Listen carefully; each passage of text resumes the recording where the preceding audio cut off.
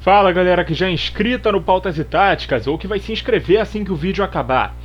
Muito se fala sobre o equilíbrio do nosso campeonato, do nível dos nossos jogadores e até de uma eventual má vontade ou complexo de vira-lata de só valorizar quem está na Europa em detrimento de quem joga nossa competição nacional.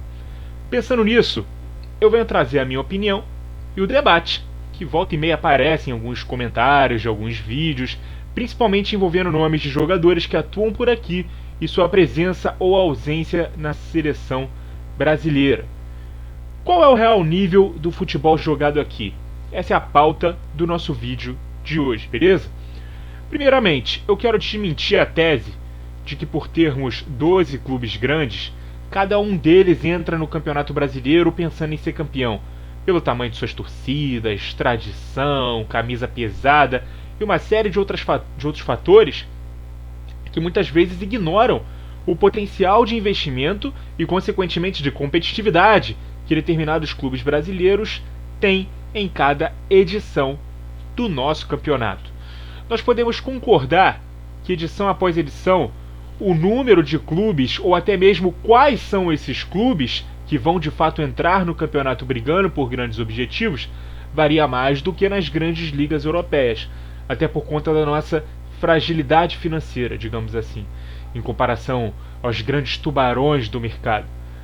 Fora as exceções dos há algumas temporadas consolidados Flamengo e Palmeiras, de quem não se espera nada abaixo de G4. E agora as novas SAFs, né? Que algumas delas vieram para salvar os clubes de crises financeiras e dar alguma competitividade e poder de mercado a equipes que estavam quebradas. Os nossos clubes não têm, em sua maioria, a condição de pagar as altas cifras que clubes da Europa e até de alguns mercados alternativos, como o asiático ou a MLS, têm hoje, beleza? E não apenas por isso. Nós temos questões com o nosso calendário, que possui uma janela no meio do ano, que é a de início de temporada para a maior parte do mundo, e aí muitas vezes nossos times são desmontados nesse período. Temos que levar em consideração também a vontade dos jogadores em atuar em grandes ligas, com grandes craques, contra outros grandes craques, nos principais palcos, enfim, tudo isso pesa. Infelizmente, nosso produto não tem condições de segurar os melhores artistas para ter o melhor espetáculo. Dito isso, ainda assim somos um dos principais produtores de material humano futebolístico do mundo, por questões culturais e também geográficas. Somos um país de dimensões continentais e o futebol é amplamente difundido nas 5 regiões do Brasil. E por isso, sempre temos grandes jogadores sendo formados por aqui. E acabamos fazendo a máquina continuar girando desse jeito. Jogadores são formados, sobem da base, brilham muito cedo e acabam negociados. E aí, uma vez um inscrito numa discussão dessas trouxe uma tese interessante para a gente debater. A tese dele é a seguinte: no Brasil nós temos 3 níveis de jogadores. Os que são muito jovens para estar na Europa, mas que saberemos que lá estarão. Os que são veteranos demais para estar na Europa, já brilharam por lá e voltaram para encerrar a carreira. E os que não têm bola para estar na Europa, que muitas vezes bateram e voltaram ou que nem foram cogitados por clubes de lá. Eu não acho que essa tese está 100% certa ou errada. Eu acho que vale a pena a gente discutir em cima dela, beleza? Primeiro, sobre os jovens. Eu acho ótimo que temos grandes categorias de base por aqui para sempre estarmos nos reformulando, o que desmente a ideia de que temos gerações ruins de jogadores. A visão que temos gerações passadas sempre melhores atende a 2 principais motivos. Primeiro, principalmente de épocas que não convivíamos com problemas de jogadores saindo do Brasil cada vez mais cedo, porque haviam bloqueios e limitações de estrangeiros na Europa. E segundo, porque vários desses jogadores alcançaram sucesso na seleção enquanto jogadores de clubes brasileiros. E hoje a gente acha que para o cara atingir o seu potencial máximo ou a excelência, ele precisa ir para a Europa. Eu acho que não necessariamente. Até porque temos subido bastante o nosso nível competitivo com o intercâmbio de treinadores que temos tido, tanto europeus, sobretudo portugueses, quanto de outros sul-americanos, principalmente argentinos. mesclando com a experiência de alguns técnicos da velha guarda e a disposição maior para estudar e aprender de jovens técnicos que têm surgido no Brasil, a gente resulta, né, portanto, muitos jogadores alcançam seu auge técnico e tático já no futebol brasileiro. Eles não precisam sair daqui como diamantes brutos para serem lapidados ao estilo europeu. E essa é outra discussão que já tivemos várias vezes aqui no canal. Muitos dizem que o futebol brasileiro caiu quando nós abandonamos nossos padrões táticos de sempre para jogarmos o que o futebol europeu joga. A questão não é essa. A questão é que o futebol mudou, se modernizou e possui demandas globalizadas e que necessitam que os jogadores não sejam somente técnicos com bola, mas disciplinados com e sem ela, obedecendo funções específicas que muitas vezes também precisam de uma entrega física maior até dos jogadores mais ofensivos.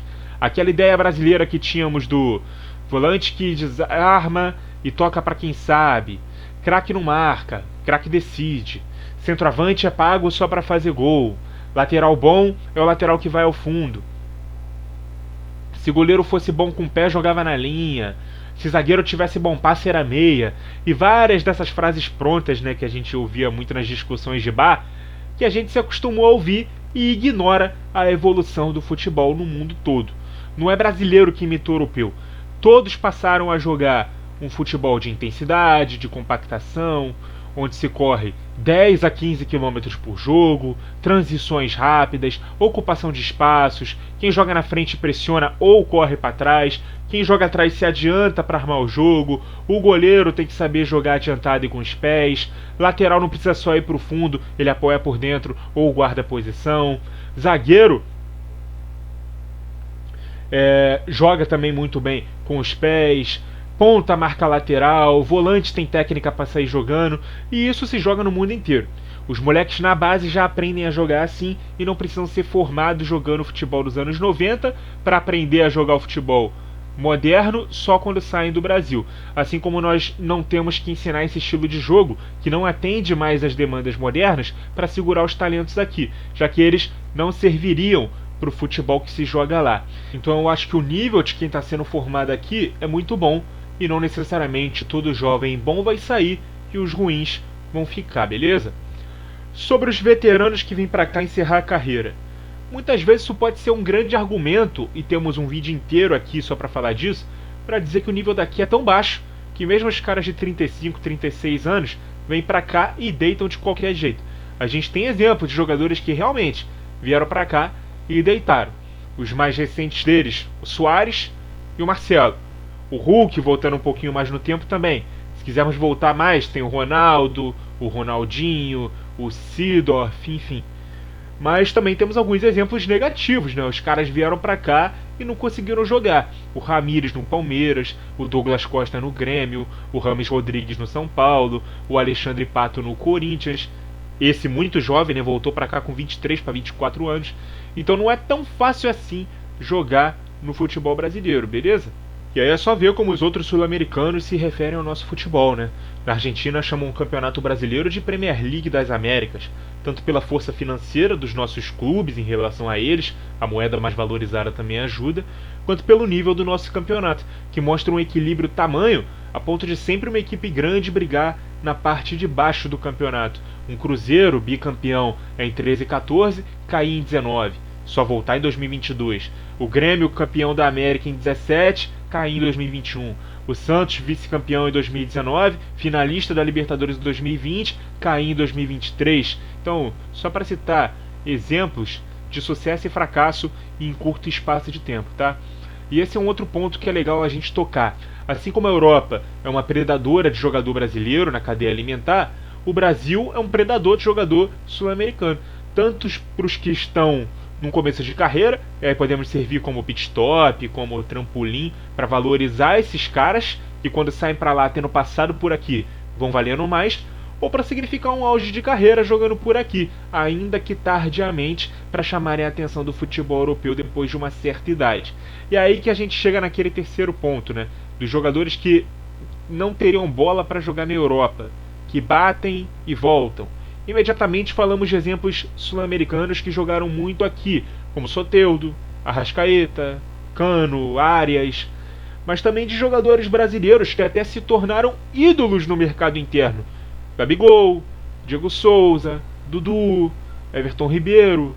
E aí a gente não tem que diminuir a carreira desses caras porque eles não conseguiram ter sucesso na Europa. Muito menos diminuir o nível do futebol brasileiro porque esses jogadores são tratados como ídolos aqui. Eu, como brasileiro, inclusive, preferiria muito mais ser ídolo de um grande clube, de uma grande torcida no meu país, do que ser mais um coadjuvante, às vezes nem titular na Europa, em um clube de meio de tabela.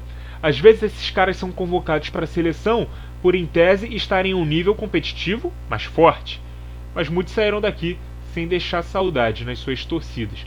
Vários deles até criticados injustamente, como Gabriel Jesus, que hoje é desdenhado porque não é um grande artilheiro, mas eu tenho certeza que se ele faz o que faz na Inglaterra, e aí se você não acompanha, isso diz mais sobre sua capacidade de analisar, ou a falta da sua capacidade, do que a dele de estar na seleção. Então imagina o que ele não faria com 26 anos no futebol brasileiro. Lembrando que ele saiu daqui como o melhor jogador do Brasileirão aos 19 anos. Mas aí a gente vai de verdade dizer que o Gabigol, ídolo do Flamengo, é fracassado porque não deu certo na Europa? O Everton Ribeiro, ídolo do Flamengo e do Cruzeiro. O Dudu, ídolo do Palmeiras. O Diego Souza, que pode não ser um grande ídolo, mas jogou com destaque no Palmeiras, no Vasco, no Grêmio, no Sport. Inclusive atuou nos 4 grandes do Rio e em 9 dos 12 grandes clubes do Brasil. Inclusive sendo o segundo maior artilheiro da era dos pontos corridos no Brasileirão. Alguém vai dizer que a carreira desses caras é ruim? Ou que eles tinham que se provar na Europa para serem considerados grandes jogadores? Talvez eles não sejam jogadores de primeiro nível, concordo. Talvez não sejam mesmo jogadores para a seleção brasileira, também concordo. Muitas vezes, mas a gente vai pisar no nível jogado no futebol brasileiro. Usando a régua do meio de tabela da Europa, eu não acho justo. Esse mesmo inscrito, nesse debate que ele teve comigo, deu como exemplo o Paulinho, do Atlético Mineiro, que jogou 5 temporadas no Bayer Leverkusen, nem sempre foi titular, marcou menos de 10 gols em quase 80 jogos, retornou para o Brasil, no Atlético Mineiro, e na sua primeira temporada foi artilheiro do Brasileirão com 20 gols. Foi às redes 31 vezes e foi convocado para a seleção brasileira. A gente vai tratar essa volta por cima dele como mais um exemplo de jogador que fracassou na Europa e triunfou no Brasil porque aqui o nível é menor, ou como um jogador de apenas 23 anos que, quando finalmente teve uma sequência, conseguiu mostrar que ainda pode ser importante num ciclo de seleção brasileira.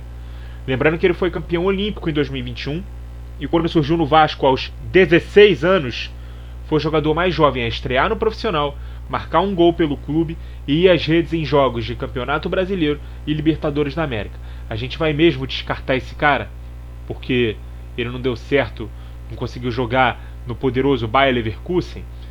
Então, galera, muito cuidado com exageros, tanto para exaltar o futebol brasileiro e quem joga nele, quanto para desdenhar do nível do nosso futebol jogado aqui em comparação ao europeu.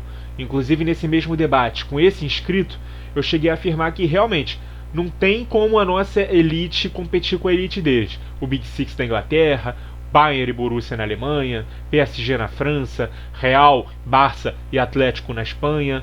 Com menos intensidade, porque também vivem instabilidade na manutenção de seus elencos, os gigantes italianos, né, Inter, Milan e Juventus. Então, esses são os clubes que a gente sabe que sempre vão estar no topo e que vão se alimentar de destaques que surgem nos outros clubes, das próprias ou de outras ligas, inclusive do Brasil.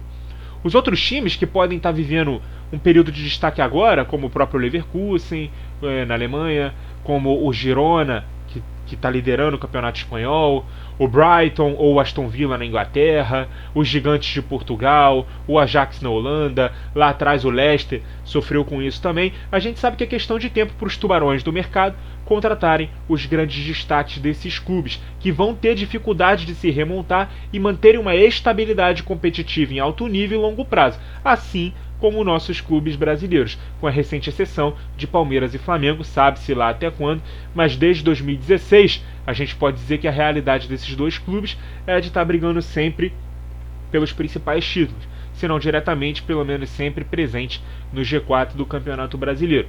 Os outros, Corinthians de 17, Galo de 21, Fluminense de 23, a gente sabe que serão forças esporádicas dentro do futebol brasileiro e que uma hora ou outra não vão ter o mesmo nível competitivo para se manter nas principais brigas nos anos seguintes e em anos consecutivos também, por questões orçamentárias, pela necessidade de negociar jogador, pela falta de poder aquisitivo para ir ao mercado, repor grandes perdas.